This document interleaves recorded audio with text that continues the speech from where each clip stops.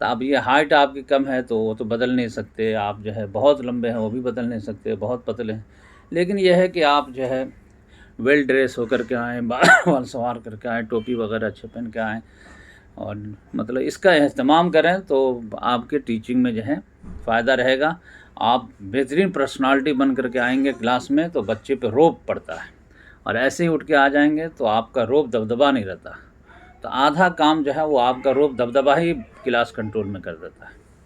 تو میں اس پہ عمل کرنے لگا تو واقعی میں بات میں جو ہے دم ہے، اور یہ میں شاید ہی کسی بھی ٹیچر ٹرینر کی طرف سے یہ بات میں سنا ہوں. اور ان کی جو سب سے بڑی خوبی تھی صلاحیت میں، وہ سمجھے تحریری صلاحیت بہت اچھی تھی ان کی، اور یہ ہے کہ بچوں کے لحاظ سے جو ہے بہت اچھا لکھتے تھے. تو ہم لوگوں کا جو ہے یہاں پہ باب الاسلام جو ہے ایک میگزین میں نکلتا تھا، تو اس میں ان کا آرٹیکل آتا تھا، تو میں شوق سے پڑھتا تھا. گاؤں کے تھے تو اس لحاظ سے اور شوق سے پڑھتا تھا ان کے گھر بھی جاتا تھا. اور جو سب سے بڑی خوبی ہے کہ بچوں کی پرورش انہوں نے جو ہے دینی انداز میں کی.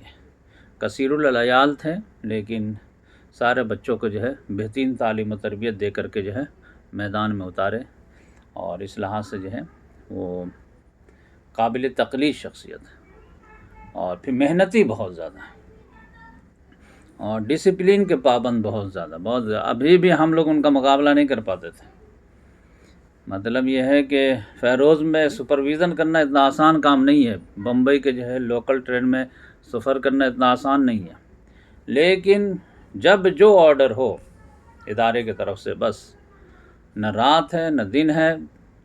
اور پھر جب فیروز بند ہو گیا، ان کے جوگیشوری میں پھر شاید جو ہے وہ اسکول کے سپرویژن کرنے لگے دینیات کا، تو پنویل میں رہتے تھے تو وہاں سے جوگیشوری ڈیلی جانا آنا بہت مشکل کام ہے، لیکن وہ دم فجر ہی میں جو ہے نہا دھو کر کے نکل جاتے تھے، اور 7 بجے ٹچ کر جاتے تھے جوگیشوری.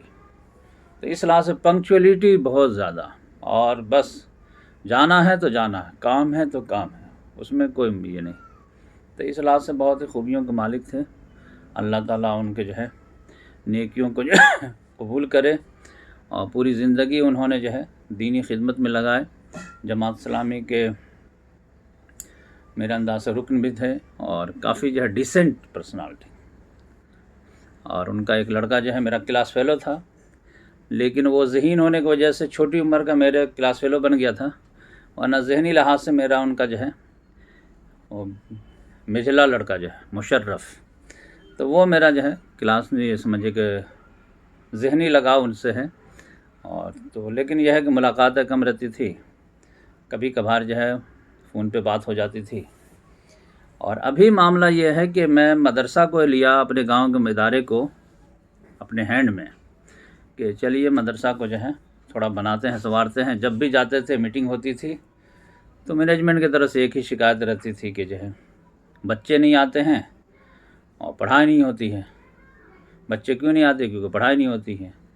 اب یہ والدین کا قصور ہے یا استاد کا قصور ہے یا بچوں کا قصور ہے؟ میرے حساب سے لگتا تھا کہ ہم لوگوں کا قصور ہے کہ ہم لوگ صحیح سے جو ہے اس کو مینیج نہیں کر پا رہے. لیکن گاؤں کا ماحول ایسا رہتا ہے کہ ہمت نہیں ہو پاتی تھی. لیکن پھر بھی جو ہے ذہن میں پتہ نہیں باتیں کرتے کرتے جو ہے آگے کہ چلو 2 سال کے لیے مدرسہ لیتے ہیں اور اس کو لین پہ لاتے ہیں. اور فائنینس کا جو ہے الحمدللہ مسئلہ نہیں تھا، بھائی سے بات کر لیے تھے، کزن سے. تو میرے ذہن میں یہی تھا کہ ٹیچر وغیرہ 5-6 رکھ دیں گے، ان کو سیلری دیں گے اور اس کو ٹریننگ دے دیں گے اور اسمارٹ بورڈ لگا دیں گے، تو انشاءاللہ جو ہے ادارہ آرام سے بہترین سے چلنا شروع ہو جائے گا. اور ٹریننگ کے بارے میں میرے ذہن میں یہ تھا کہ عید کے بعد میں اور مولانا کو لے کر کے ان کا میں ٹکٹ بناؤں گا فلائٹ کا، اور یہاں سے لے کر کے دونوں ماموں بھانجا جاؤں گا اور وہاں ہرپور میں، اور 1 ہفتہ رہوں گا اور پھر ٹریننگ دلاؤں گا. تو میں تو تھوڑا سا مینجمنٹ وغیرہ دیکھوں گا، اور مولانا کو کہوں گا کہ آپ جو ہے پوری ہر چیز پڑھانا سکھا دیجیے ان کو. اور ان کو کافی شوق بھی تھا. وہ مدرسہ میں آپ ایک مرتبہ بول دیجئے تو دن بھر رہتے تھے. وہ ایسے بھی جاتے تھے گاؤں میں گرمی چھٹی وغیرہ میں، تو زیادہ وقت وہ مدرسہ ہی میں گزارتے تھے. ان کو بہت شوق تھا ٹیچنگ کا. تو میں سوچا کہ ان کو لے جاؤں گا اور ٹریننگ وغیرہ دلا دوں گا. تو یہی میرے ذہن میں تھا کہ بار بار میں ٹیچروں سے بات کرتا تھا تو میں کہتا تھا کہ گھبرانے کی بات نہیں، ہم لوگ آئیں گے اور آپ کو پڑھانا سکھائیں گے کیسے پڑھانا ہے، تو کچھ کلاس میں لے لوں گا، کچھ کلاس وہ لے لیں گے، اور وہ مجھ سے بہتر کلاس لیں گے، ان کو ٹیچر ٹریننگ کی زیادہ جانکاری ہے۔ تو یہی میرے ذہن میں تھا۔ پھر جو ہے کلیکشن کے لحاظ سے میں مشرف کو فون کیا کہ بھائی تھوڑا سا اوپر جو ہے کلاس روم بنا رہے ہیں تو تھوڑا سا تعاون کرو۔ تو تھوڑا میں فرینک تھا تو میں فرینکلی ہی بات کیا، ہائے ہیلو یار یاد نہیں کرتے، بھول گئے، ایسا ویسا، کیونکہ کرونا کے ٹائم میں اس کو کال کیا تھا تو اس نے پیسہ بھیجا تھا غریبوں کے لیے۔ تو اس نے بتایا کہ ارے بھائی ہم تو خود مصیبت میں ہیں، ابو بیمار ہیں، کینسر کے پیشنٹ ہیں، تو ایک ایک انجیکشن یہ بہت مہنگا رہتا ہے۔ تو مجھے بہت افسوس ہوا، مجھے معلوم ہی نہیں تھا، تو اس نے پوری تفصیل بتائی۔ تو میں کہا اچھا ٹھیک ہے، تو ملاقات کرنے جانا ہوگا۔ تو میں سوچا کہ جو ہے 2 in 1 کر لیتے ہیں، مشرف سے بھی ملاقات نہیں تھی، تو میں کہا کہ یار تم کب آؤ گے تو بتا دو، تو اسی حساب سے میں بھی آ جاؤں۔ پنویل میرے یہاں سے دور ہے، اب میں سفر سے تھوڑا اوائڈ کرتا ہوں، مجھے پسند نہیں ہے، لیکن جب آپ آؤ گے تو میں جو ہے اسی وقت آ جاؤں گا، تو ابو سے بھی ملاقات ہو جائے گی یا تم سے بھی ملاقات ہو جائے گی۔ تو مشرف نے کہا کہ دیکھیے میرا ابھی ارادہ تو نہیں ہے، اب جب انجیکشن لگنا رہے گا اگلے مہینہ تبھی میں آؤں گا، بقیہ یہ ہے کہ نیّر بھیا جانے والے ہیں 26 جنوری کو، تو اس وقت چلے جاؤ تو ان سے ملاقات ہو جائے گی۔ تو میں نے کہا ٹھیک ہے، انہی سے ملاقات ہو جائے گی اور پھر مولانا سے بھی ملاقات ہو جائے گی۔ تو 26 جنوری کا میرا ارادہ تھا کہ مشرف سے پھر سے میں کال کروں گا، اور اگر نیّر بھیا آ رہے ہوں گے تو میں جاؤں گا، تو دونوں سے ملاقات کر لوں گا۔ لیکن آج جو ہے میں آسان درس قرآن ریکارڈ کر رہا تھا، اور ریکارڈ کر کے جیسے ہی فارغ ہوا عصر کے بعد، تو میسج دیکھا ویل ویشر پہ 25 میسج، تو میں سمجھ گیا کہ کسی کا انتقال ہوا ہے۔ تو ڈرتے ڈرتے کھولا تو پہلا میسج یہی تھا کہ افسوسناک اطلاع۔